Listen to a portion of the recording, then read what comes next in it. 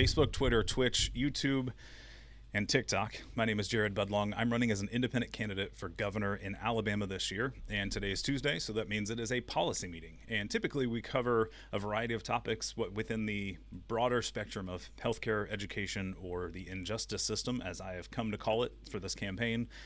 Tonight's a little bit different. We have a special guest coming in to help us dive a little deeper into education. We've had one or two guests in the past dive in, and in a recent meeting, I think 2 weeks ago, we dove into the foundation program and how that funding model works, or at least allocation. And in this one, we have Terry here, who has a lot more experience with the system. And we appreciate her coming in to break that down a bit more for us. Quick reminder, again, policy meetings, they're Tuesdays at 7 p.m. Central. We also have meetings on Saturdays, typically at 9 and 10, and those are strategy and field operations, so join us for those. If you see a meeting, or if you see us broadcasting any other day, it is typically a guest conversation or a meeting that somebody has requested, if they're okay with doing it live. But other than that, we have our 3 regularly scheduled meetings, unless other events intervene.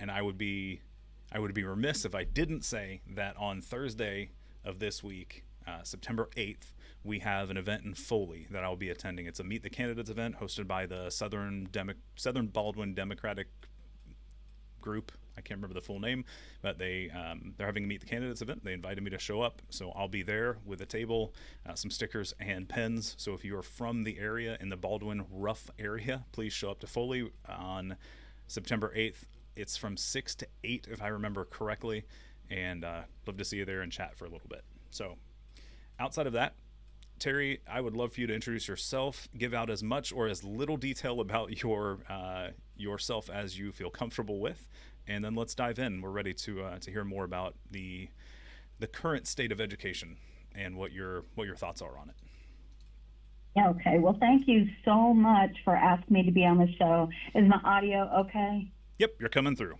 Yep. Okay, excellent. So yeah, thank you, first of all, and for all your past guests that have been on having this conversation about education. All too often in politics, especially, people running for re-election, people running for election, education seems to be lost. And that conversation just doesn't come up enough. I know education now can be very complex, a lot of layers over it. And I got involved in 2012 when my children, they all went to public schools in Alabama. But once they graduated and they became teachers, 3 of my 4 kids are teachers, and the conversation around the dinner table started to change because we were hearing things from a teacher's point of view. And they were in like Title I schools, which are, high poverty schools. And they went to predominantly white, affluent schools up in Madison, Alabama. So I had no experience with Title I schools. Right. Once my children started working in them, they were coming home and telling me things, and I'm like, no. I mean, education hasn't changed that much. You can't, no, this can't be happening, because the things I was hearing was very disturbing. I was concerned about my children as teachers' safety, and I was concerned about the students' safety. It was just crazy stuff. So I started studying, and that's where I learned about No Child Left Behind, and that led to then, Race to the Top, and it's just on and on. I started down that rabbit hole. And I've not hardly taken a breath that didn't involve public education since then. What I have struggled to do, whether as a grassroots organizer, as a union organizer, I now work for Birmingham AFT, the Teachers Union here in Birmingham, or as an elected official. I was on the Birmingham City School Board for a term for 4 years. And no matter what, my goal was always to do everything I could to make sure that the children that I could reach and represent would have the same quality education my children did. I'm very aware that my children received the quality education they did because they were not impoverished and because they were white. And every child in Alabama deserves and can be educated at the same level that my children were. That's not to say all of them are going to have the same outcomes, but I'm talking about the quality education given to them, the opportunities given to them, They deserve everything that my children got. And so that was the awakening I had when my children began teaching in predominantly Black school districts, was that, no, this is not right. And I made, it's just once you know something, you can't unknow it. Yeah. I was there. My eyes were opened. How could I just, and especially with my kids teaching in public schools in Alabama, I just have continued to feel like it's a responsibility that I have just as a human being. Yeah. So, I mean, for the record, I have 3 children that are in public school, one of which just started kindergarten this year. And unless I am misremembering, we are also a Title I school. So we're in that boat. And, right. I'm not doing this for my kids specifically. Locally, we just enacted or voted on, it hasn't happened yet because it's tax season, right? But we just voted yes, barely, on a 3 mil increase to match what's happening in the cities around us. Essentially, they've already passed them in the few cities around us, and we're just trying to match that. And it was a close vote. It was a very low turnout, but it was also very close. So yeah, I appreciate your efforts that you've put in so far, and I'm hoping that we can continue to push towards a more equitable education across the state. Well, there's 2 things to look at, though. I hope you're right. I mean, that's what I have wanted to do, but I have to admit, I think I'm more negative now than I have ever been, and a lot of it is because of the nature of politics today. To hear public education, in particular public school teachers, be attacked like they are, I mean, the things that are being said, and it's just growing. It is growing and growing. When I first started this in 2012, I worked with a lot of people in the Tea Party because they were, I didn't like Common Core. I don't like charter schools. And so the Tea Party in Alabama felt the same way. So I was gathering the unions around. I was gathering the NAACP. So, of course, I gathered the Tea Party, too, because we all had that goal. And now when I look back and think about the things that we did and accomplished and tried to accomplish, that couldn't happen now. Those folks don't even talk to me now. Many of them are the ones leading this charge, this attack on public schools and on our teachers in particular. So, it's become so polarized, and there's so much misinformation. That's why I mentioned there's just so many layers. No one, unless you work in a school or you have a child in a school and you go often to connect with the employees there, then it's really hard to know what's going on in education. Just because we went to school, that doesn't mean that we know, and just because we watch all the news channels, at this point, I don't care who you watch, that doesn't mean you know what's going on in the schools. You've got to be hands-on. And so my second point is, and of course, when I say things, I'm coming from a point of being centered in Alabama. Education, public education is supposedly driven by the state. So, I can't talk to any other state but Alabama. I just want to make sure folks understand that. Yeah. So in speaking of Alabama, they have refused an equitable education since the beginning, since the Constitution, the Alabama Constitution was written. It was written in a way that was racist. Yeah. It was written to ensure that the Black and brown children did not receive a high-quality education. And we have to keep that in mind. Are the people that are elected now responsible for that? Of course they're not. But what we have to understand is there is a climate and a culture that has been in place since 1901. Well, even before, but in speaking about the Constitution, right? Right. And so it's like still laws are made that target school systems like Birmingham, that targets the demographics that the Birmingham City schools encompass. And I think that's important to know. When, I know you've talked a lot about funding, but if you ever want to really go there with me, we could talk about the Accountability Act and how racist it is. Yeah. So, and So, I'm funding is just where I've been focused because it's something that I know that we can. I say I know that. According to the people that I've been looking into their information already. Because again, mhm, as governor, I have to rely on people who have already done the research and understand the problems. That's part of the reason I've yeah, invited you on. Is you have more hands-on in understanding and information about the problems and the situation that the state has continued to ignore or intentionally leave in yeah, place, depending on how you want to look at mhm, it.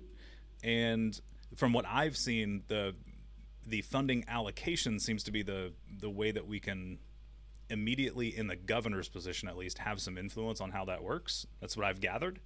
Uh, mhm, it's not going to be easy, but it's easier than trying to change the ETF, the Education Trust Fund, because that is a part of the Constitution. Like I mhm, can't change how or where we get our funding from, but we can help fix how it gets distributed. And that's why my focus has been on funding. But if you want to, like we've yeah, talked about it a bit, and it's bad, and we're working on a different mechanism. right, And but yeah, if you want to talk about something else that we haven't talked about so far, like yes, mhm. please do, because I'm always Well, looking to learn some more information, especially if somebody has hands-on info from it. right. And so I appreciate you. I appreciate you willing to put yourself out there to run for office. And you and I haven't talked in depth, so the last thing that No, I want to do is put you on any kind of hot seat. which no, And I so, hey, part of this, I mean, that's we do these publicly for a reason. Like I openly admit I don't know everything, and I have no problem right, saying I don't have an answer to something. So right, if you have okay, even during my policy meeting or our policy meeting, this will affect you just mhm, as much as it does me and anybody else, any of the volunteers that are on, my family, right, the people here in Daphne, Mobile, Fairhope, Chinchula, like pick a city. yeah, What we're talking about will affect everybody. So if you have questions, then right, like you yeah. are welcome to ask them. And I may just say I don't Well, know, but you're welcome to ask them. yeah. Well, it's not just that. There's just some interesting things maybe you haven't looked at as governor that I wanted to kind of put out there as far as education goes. And so the one thing I want to tell you is that the board that I was on, the re-election for me was in 2021, and that all of the seats are up for grabs. We have 8 people in Birmingham on the school board, and all of those seats are elected every 4 years, and they all go together. So um, the charter school folks were having a hard time getting control of the board. They had been trying for some time. Um, well, my 4-year tenure plus the 4-year tenure before that. So they had been trying. And so once the election went down in August of 2021, the way it did, they knew that they had control of the board. The charter school people do. So what was one of the very first things that happened? Governor Ivey had a charter school symposium here in Birmingham. Okay. It was in Birmingham. Never had she done anything like that before. I had heard of no town halls or symposiums or whatever in the entire state. And now all of a sudden they're showing up. And even a member of the Birmingham School Board led a session during it. Um, and so I found that interesting because they also turned away major people at Birmingham City Schools and denied them entrance in it. And so it Okay. was just really interesting. So it's very obvious that Governor Ivey uses her way to influence the policies in more ways than what just law and Alabama code allows. So So I think it. well, Go ahead. yeah, well, I was gonna say, so I'm torn on charter schools. Like as a, Okay. I I understand most people's frustrations that they're taking money away from the general public school, and like I get that aspect of it, but I also know that the way our systems are set up currently, some of them are beneficial. So something like the Magic City Acceptance Academy, like that's beneficial for a very necessary. It's very necessary for a very specific group of kids who are ostracized elsewhere, and I I'm torn on the fact that charter Mhm. schools have an ability to do something that regular public schools can't. But Right. I don't know. without overhauling the entire thing, I don't know the way to just ignore the fact that they're beneficial. So I'm curious where you are in that regard, because I'm getting that you're passionate against them, but what's your thoughts on them in the regard for some of them, like Magic City Acceptance Academy, and some of the ones that are like aviation focused for some of the higher education? Like where do you fall on that? Well, the thing is that, number one, we can't forget that there are schools that were created by the legislature here in Alabama. There's 4 that have specific things, like here in Birmingham, the arts one downtown. Right now, I'm having a No, it's okay. senior moment. Fine Arts. Yeah, the School of Fine Arts. Thank you. Yeah, and then you have the math and science down here in my area. Yes, and then you have the space one now. It's the newest one that's up in cyber technology, whatever, up in Huntsville.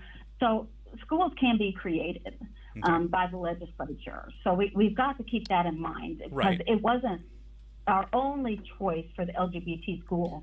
Well, was not harder. Yeah, my pushback there would be, I have a hard time believing the current makeup of the legislature would want to put a school in that is LGBT friendly, since we just banned healthcare for that same group of kids. And Magic City Acceptance Academy isn't an LGBTQIA plus school. It's one that is accepting of everyone. It's just a large chunk of those in our state happen to be LGBTQIA plus, but it's also ADHD, autism, any kind of disability. There's a lot of kids that are there, and I have a hard time believing that this current makeup of our legislature, please show up and vote and change that as best you can. But I have a hard time believing that we would get a new school that would be friendly to some of those groups.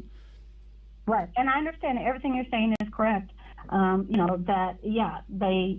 charter school cannot identify a particular community and only accept them. Right. Just like a traditional public school, they have to accept all. That's absolutely true. But in what you're saying, though, in the same thing that makes you say, there's nothing that makes me think the legislature would do this, but what is it that you think is different about the legislature that they're going to do something beneficial for the Black and brown community when they've refused to since the beginning? So what we're doing is we're taking a broken system. We're taking a legislature just as a being, that has continually kept the Black and brown community from having the same high quality education as other children. So what makes us think? They're the ones that came up with the bill. The charter school law was written and accepted, voted on, everything by them.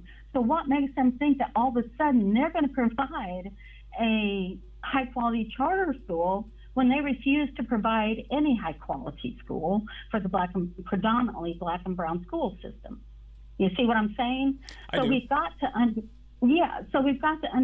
that when we're talking about choice, really, the conversation should start with our legislature and say, you're the one that has the first choice. The choice starts with you, and you are denying, I believe, children's civil rights in ensuring that these districts stay underfunded and the kids don't have the resources that they need. So because there's, like I said, the same people that wrote the Accountability Act, same people that passed the charter school law, that we can't, I'm not necessarily against the charter school that you're speaking of, except for the fact that it's a very slippery slope. How do you say, okay, well, we'll do this one? So I have taken a stand in general against our Alabama legislature and their passing of the charter school law, which totally and completely stinks. It is one of the worst written charter school laws. And so how do we expect that all of a sudden they're going to do right by our Black and brown students? It Yeah. doesn't make any sense to me. Right. So the way I'm hearing it isn't the problem. The problem isn't charter schools specifically. It's the fact that our legislature isn't giving an equitable education in the first place. So my only point was that in the current way we're set up, a charter school can fill a need until we fix the legislature. Like I guess that's where I'm like, yeah, like we can hate on them as an idea, but right now they serve a purpose. So let's focus on the problem, not necessarily the charter school. I don't unless I'm missing something. Like that's where I'm Well, lost. my opinion is that there is something being missed here. Okay. And that's the fact that this same white power structure, and I know a lot of people cringe when I say that, but I don't know any other way to say it. But this same power structure is deciding what charter schools get accepted and don't. And they are breaking the law. The Charter School Commission, the Alabama Charter School Commission, has broken the law on several occasions. And Birmingham City Schools tried to sue them, but once it got to the higher courts, it'd get thrown out, the Alabama Supreme Court. We always won on the lower levels, but once you got up to that level of corruption, it'd get thrown out. So the thing is that they're still in control. And I told the civil rights community, the NAACP, back in 2015 when the law was finally being passed after several years of trying, I said, they're not going to let this happen in the way that you think. And sure enough, constantly charter schools that are more like mom and pop, they're more of people in and of the community, and in particular black folks that want to start these charter schools, they get dismissed just like that. They get dismissed. You have to be part of the political game and part of the power players and make sure that that money is going to funnel to those big wigs that are behind it. And so if you're not willing to play ball with New Schools for Alabama, you will not get accepted. And so that's the thing. That's why I just kind of put the blanket statement out that I'm against charter schools in Alabama, because Alabama is not capable of being equitable and fair. And Okay. until they can, nothing is going to work. Right now, look at the two charter schools we have in Alabama. In Birmingham. We have one on the west side and one on the east side. The same inconsistencies and lack of resources that we see between black and white communities, we're now seeing between the west and the east side. And those schools couldn't be more different. And so, these charter schools are not going to be the answer that everybody thinks, because the center of it all is corrupt and broken. We can't build solid schools, no matter what you want to call them, traditional, charter, whatever. Right. We can't build strong schools on sick foundations. Right. So, and again, I guess the problem that I'm hearing from you doesn't. Let me let Ashley in real quick. The problem that I'm hearing from you doesn't stick just to charter schools, though. So, like, I guess that's where I'm like, I don't want to get stuck on one specific type of school rather than the system in place. I guess is where, because like the problem that we keep talking about isn't the school itself, it's which schools get accepted. And that's not, man, unless I'm missing something, like it's not the fact that it's a charter school, it's which charter schools are getting accepted, and the fact that things aren't going the way we would expect them to. And I personally would rather focus on fixing the way we fund our schools and how all the students get equitably treated, rather than picking on what type of school it is, because the same thing could be true of in a different way, but could be true of just a public school. I mean, there are public schools that just don't have the same student body makeup as their surrounding areas, and that they're not charter schools, and that's still a problem. So I guess that's where I would push back slightly. And I don't, this isn't supposed to be a debate or anything. I was just curious where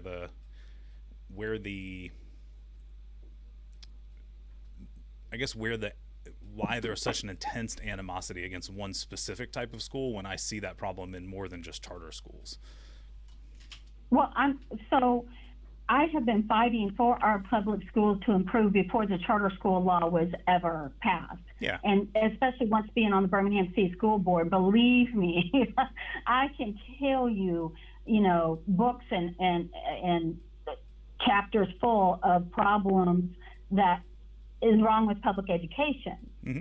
But in Alabama, that's magnified by the racism, right? And so then if you're going to put charter schools on top of that, that's going to take funding away, which is an issue, then we're setting those traditional public schools up for even more failure. So that's just personally me, only speaking for myself. That's why I take the stance I do, because I do see the funding being lost to, traditional public schools as making it, even more impossible to try to improve and fix what is wrong with public schools. Yeah. So you see what I'm saying? I do. So I'm not disagreeing with you that they siphon money away. Like I don't disagree there. I guess what I'm saying is I would rather put that focus back on fixing the system than calling out a specific charter, like a specific group of schools. I don't know how else to say that. I don't know. Like that's where I'm. Yeah, that's where I would just like, hey, the whole thing is. Almost did it. We're on TikTok and I'll get kicked.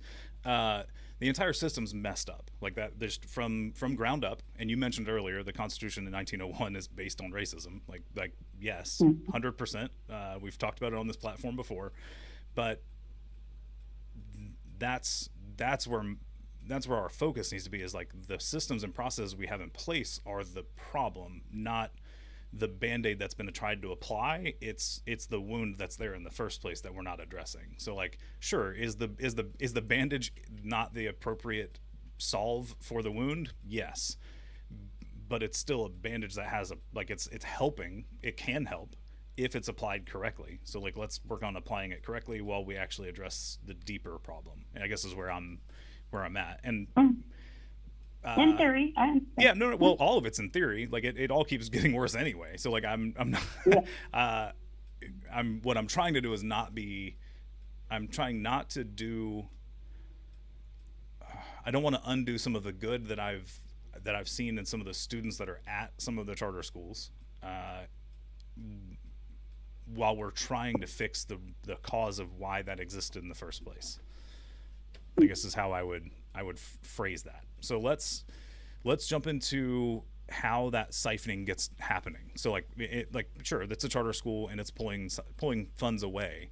So my understanding of it, at least, is that if a charter school gets chartered, they end up taking a portion of the funding that would have gone to the public schools they also serve, and that's about the extent of how I understand that process works. So can you dive into that a little bit deeper, if there is anything specific to dive into?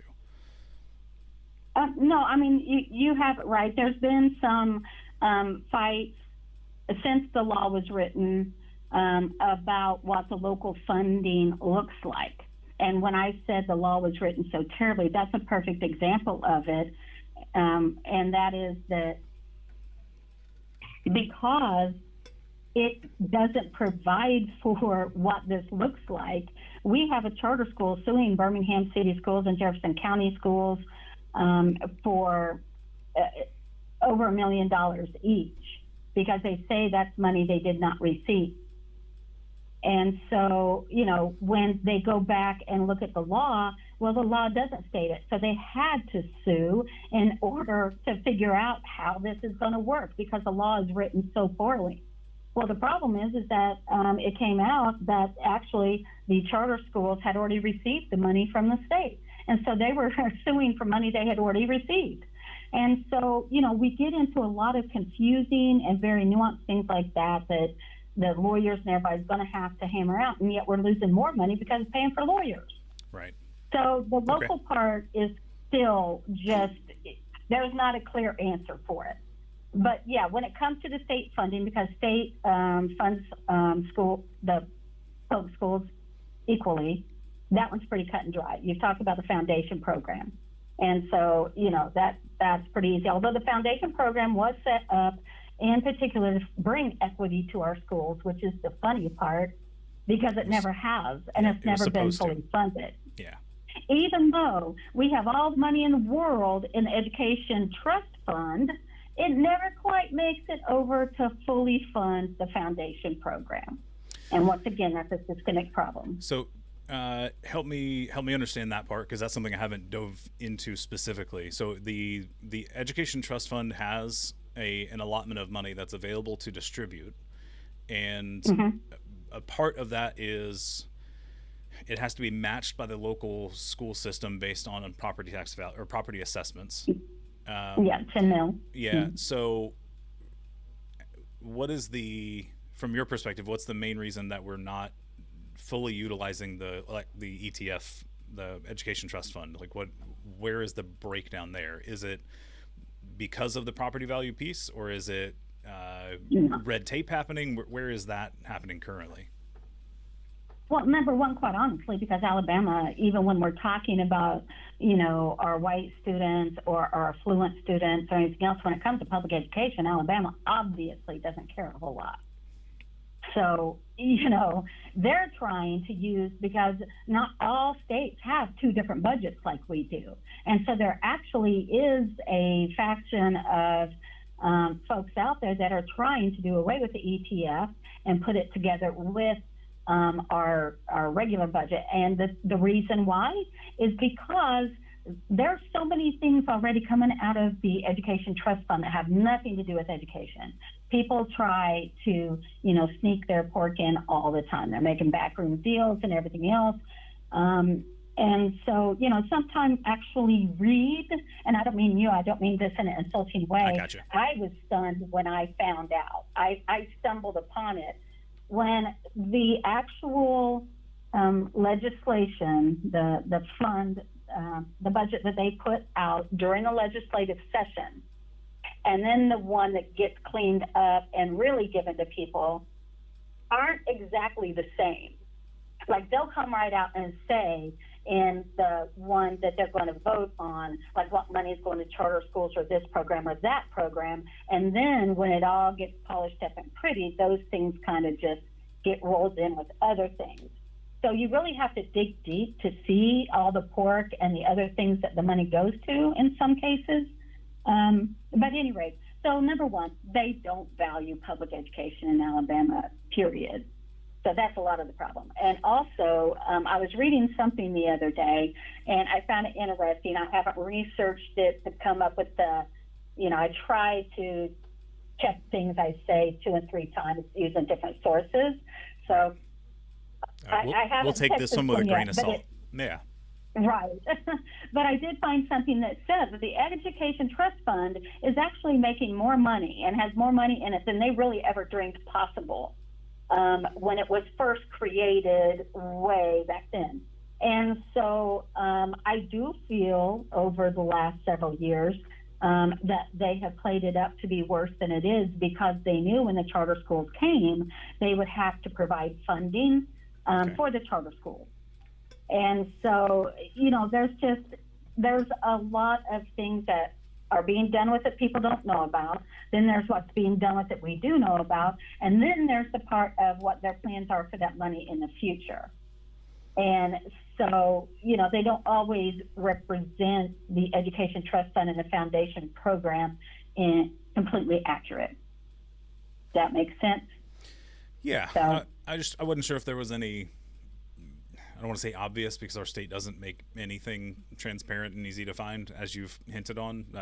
Anything that I've looked into, it's that's why it has taken 6 months to come to any idea on like how I want to do anything about the initial steps to help with the prison system. It's like it's off topic, but like it's taken this long to go like, all right, cool, like here's the first step, because literally I can't find anything else to do. Like there's nothing else I can think of and find that I would have power to do, so we're going to try this.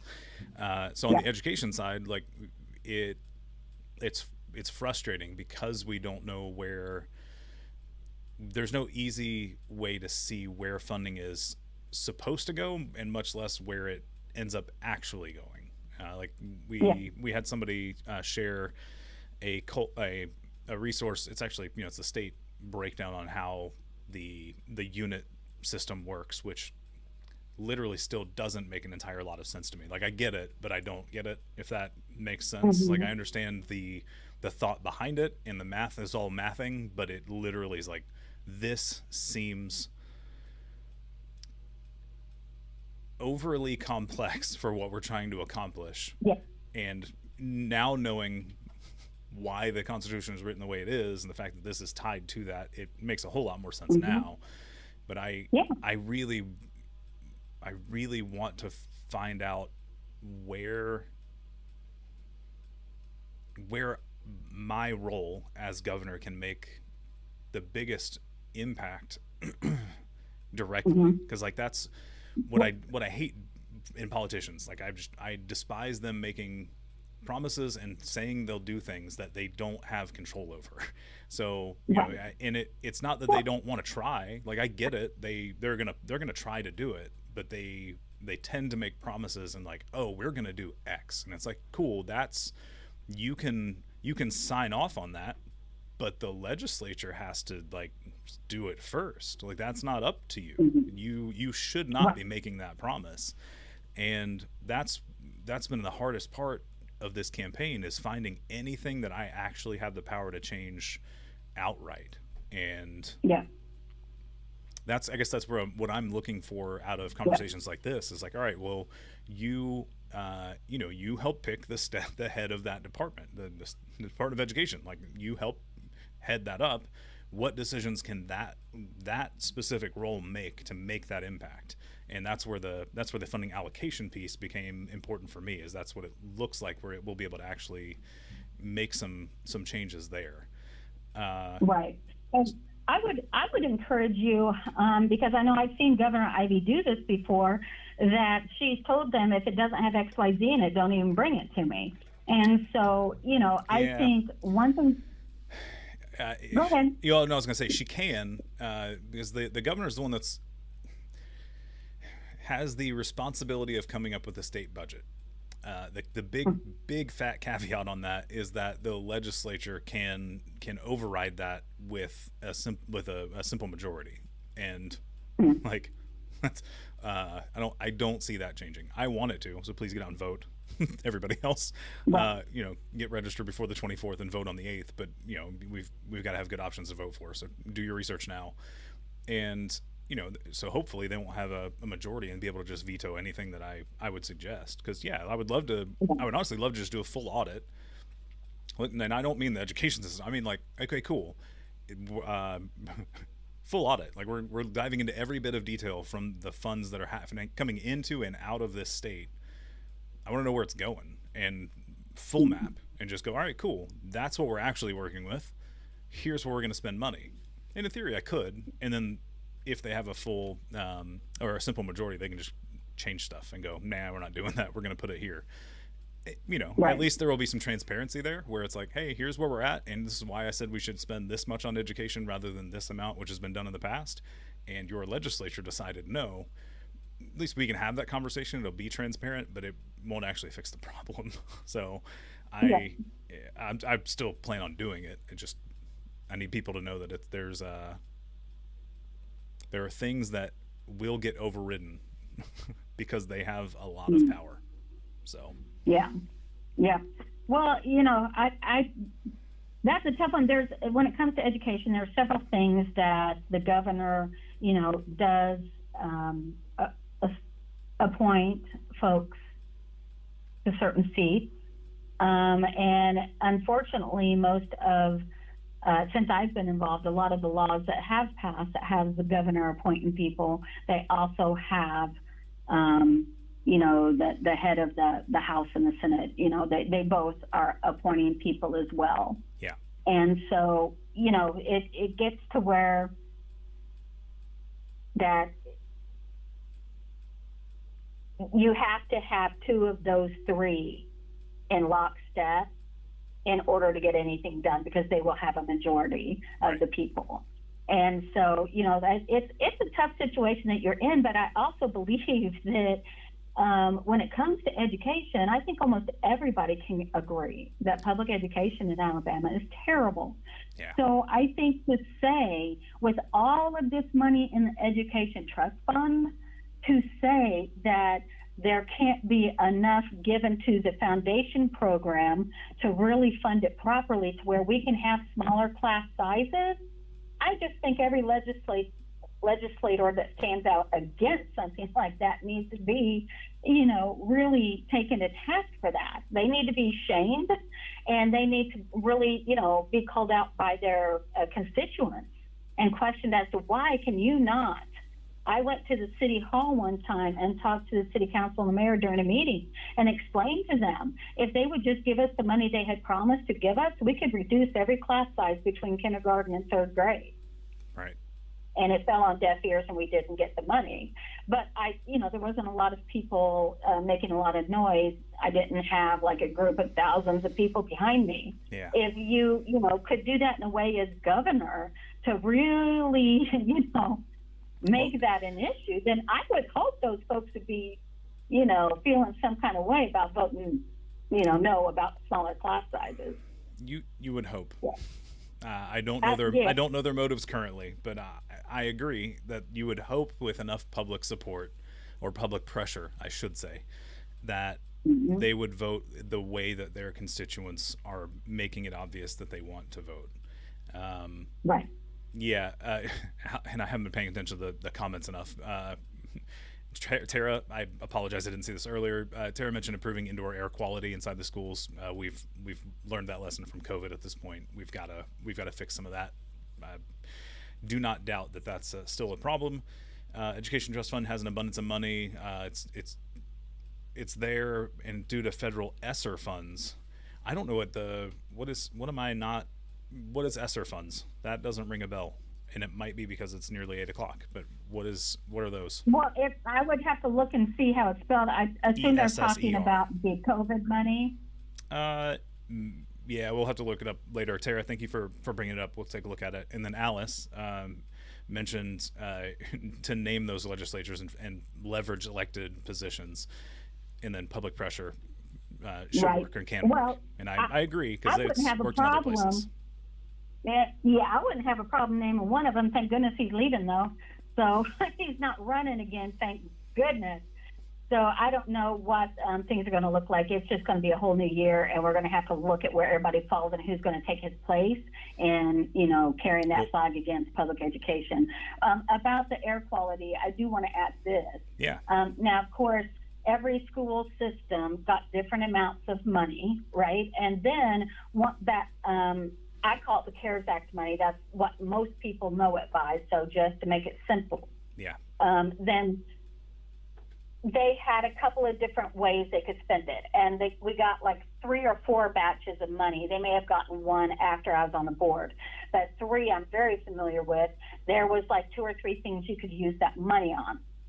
And for, I believe it was the 3rd batch, was the really big one, and the one area you could spend it on is on your HVAC system and ensuring that your air was clean. All I can say is in Birmingham, I was part of a board that voted millions of dollars to be going to our schools so every single school would have proper air. And I'm only bringing that up to say that I would hope that most of the school systems in Alabama would have been able to make those choices with that money and do that same thing. But every school system is different. If you have A, B, C to choose from, they may have chosen A and said that was more important.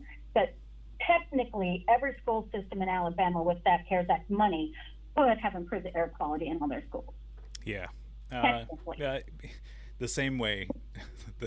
So the reason I'm running, I don't remember if we've talked about this in the past, but the reason I'm running is because of the way the COVID relief funds were spent on or allocated for new prisons. So like that, yes, it's the same. Exactly. It's the same situation where it's like, yeah, I mean that literally was meant for something else, and our state was like, nah, we're gonna do something else, and it was like, even the federal government was like, you shouldn't do that, and we were like, yeah, but a slap on the wrist. We're going to do it anyway. Right. So, Yeah. Yeah. Yeah, there was more control than that, though, over the school systems Oh, yeah, with yeah. that money.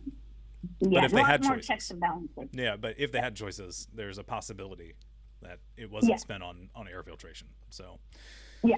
yeah. Cool. Well, we have about 12 minutes left, so I want to make sure we wrap it up within about the next 12. But I don't think we have any other questions that have come through. I'm going to scroll back on TikTok real quick because I've been doing my best to ignore those questions. I usually get super easily sidetracked, and I've been trying to ignore it. Let me make sure we haven't missed anything. So let's see. Just generally saying that the U.S. has proven children aren't important. Agreed. Generally speaking, I would say that's true. People got to go. Canfield. We can do open style education versus traditional. Yeah, that's a programming change. We need the funding to fund that too, so we got to worry about that. We can improve our public education systems. We do it in Virtual Academy in Madison County, or Virtual Academy at Madison County. Okay. Some people showing you encouragement. You couldn't see the comments, but they were speaking encouragement for sure. No, I was afraid I was getting slaughtered. No. It wouldn't be the first time. So no, just I mean the normal troll comments, but we typically just ignore those because they get bored and leave. Jared, I do want to say, I really do want to say that I appreciate this conversation, especially about charter schools. I know that's a sticky area, and I totally respect the position that you're taking, and I think it's a valid one. I've just chosen this path, and this is, what I have seen, how I want to stand up and fight for public schools in my way. So I really want to make that be known. Yeah, and no, I'm not saying your perspective is wrong. I just I know. I come off abrupt and harsh sometimes. So I just wanted to back a little bit and make sure that I didn't. Good. You're good on my end. I don't know how anybody else took it, but I don't care. You were talking to me, saying like I didn't take offense to it. So it's something I want to consider because honestly, before I found out about the Magic City Acceptance Academy and how much what they're trying to do for a community that is in direct opposition to the way the rest of our state is already trying to attack those kids, at least a specific group of kids that go there. It has shifted my pushback against charter schools as a blanket statement, I guess. So like that's the only reason I say that, because I went and toured the facility like the week before they reopened. There were a couple students there, but it was some teachers, and I met with the principal, and we walked through their first year because they've only been open for a year, and I went to visit mostly because of the attack thing that happened in the primary elections. It was like, hey, there's somebody running who doesn't want that. Like I'm here to show you some support because I believe in what you're trying to do for the kids in our state. And I appreciated his perspective on kind of what they're trying to accomplish, and I also understand the concern that them doing that also takes resources away from other kids. So I don't think it's a good long-term solution. And I want to make it clear that I understand that the charter schools will be used as a tool to try and do school voucher programs, which will ultimately do even more damage than what we've been talking about now. So like I'm aware of the problem. I would rather attack the underlying, like the underbelly, like what they're trying to accomplish, not necessarily the tools that they're using. Because it's like, can you unalive somebody with a hammer? Yes, but like it can also like nail boards together. So like, yes, it can be dangerous.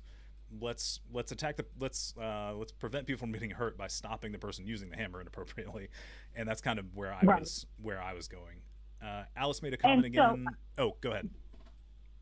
Well, I was going to say, I'm glad you mentioned that. And as you can tell, my memory is sometimes really terrible. And tonight's the night. There's a book out, and I will send the information to you. But basically, what it's doing is going over. You mentioned vouchers, and that's what triggered me. So basically, it's talking about the movement when it first began, and that was back under desegregation, when they made their white academies, when they made their vouchers or scholarships, their charter schools. What is happening now really is almost eerie, how similar it is to what happened then. And I think that's something we really need to pay attention to. Yeah. If it was being used for those purposes then especially in a state like Alabama, how can we say it's not just, it's had new life breathed into it? Yeah. And that's a place I don't ever want us to be again. So Agreed. I wanted to point that out. They concern me. And that's honestly, when I found out about vouchers is when I started pushing, like I personally started being more opposed to charter schools, and then got slightly softened by the benefit they can have. So it is not an easy subject. It is a big gray blob of like, there's no good way to there's no simple answer to this. Well, there's not in the current structures. And that's what they count on. The confusion, like you were talking about, how much effort it takes a citizen to understand how a government runs and its policies. It should never be that difficult. Right. So I applaud you in what you're doing, and I'm thankful for it. One last piece of data I want to leave everybody with is that, speaking of vouchers, the Accountability Act is what creates failing schools and allows for people to get vouchers to go to non-failing schools. I want you to know that 96% of the students that are in failing schools in Alabama are Black or brown. Say that. And yes. Say that again. So the Accountability Act is what causes the schools to fail and make vouchers a viable thing. And then you said what percentage of schools? Say it again. 96% of the students that are in those schools that are labeled failing, according to the Accountability Act's, definition, they are Black and brown. Gotcha. Okay. I had a Black legislator tell me, well, that's because it's not so much about race anymore. It's about economics. And I said, but approximately half of the students that are living in poverty in Alabama's public schools are white. Yeah, so that's a problem. And that to me sums up everything right there. And that's what I kind of springboard off of. That's my fight. Yeah. So I want to mention the thing that Alice did, and I want to follow up with yours because I don't want to forget about Alice. I appreciate her being patient. Sorry, Alice.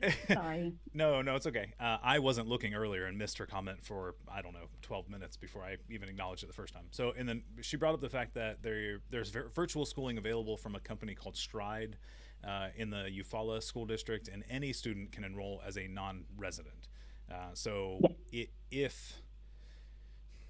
I guess so this brings up a whole nother, we might have to talk again. I'm curious what that does to your local school district if you end up enrolling somewhere else like that. We use our ATM, or is it ATM? Yeah, annual, ADM. There we go. Annual, dang it. I can't remember it's something membership, annual daily membership. Yeah, it's a daily count. Yeah, the 20-day count after Labor Day. Yeah, so it's the count of how many students are in class the 20 days after Labor Day that we use to handle average daily something membership, daily membership. Yeah. Yeah, whatever it ends up standing for. That is does great something like that question. Affect your local funding? So there's two different kinds, and that is such a great question. It was at first the virtual schools were like K-12 or whatever, and yes, that child would be unenrolled from a local school and they would be enrolled in that one. So that is funding that the local school would lose if the child had been attending there and then was pulled out to go to the virtual. But because of, I'm not going to say there was no virtual school in a local education agency before, but there were very, very few, if any.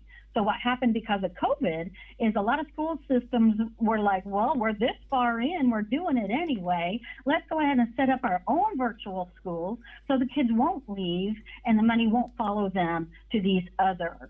Now with Stride, I really don't know, because what's happened is now the State Department has gotten involved, the State Department of Education.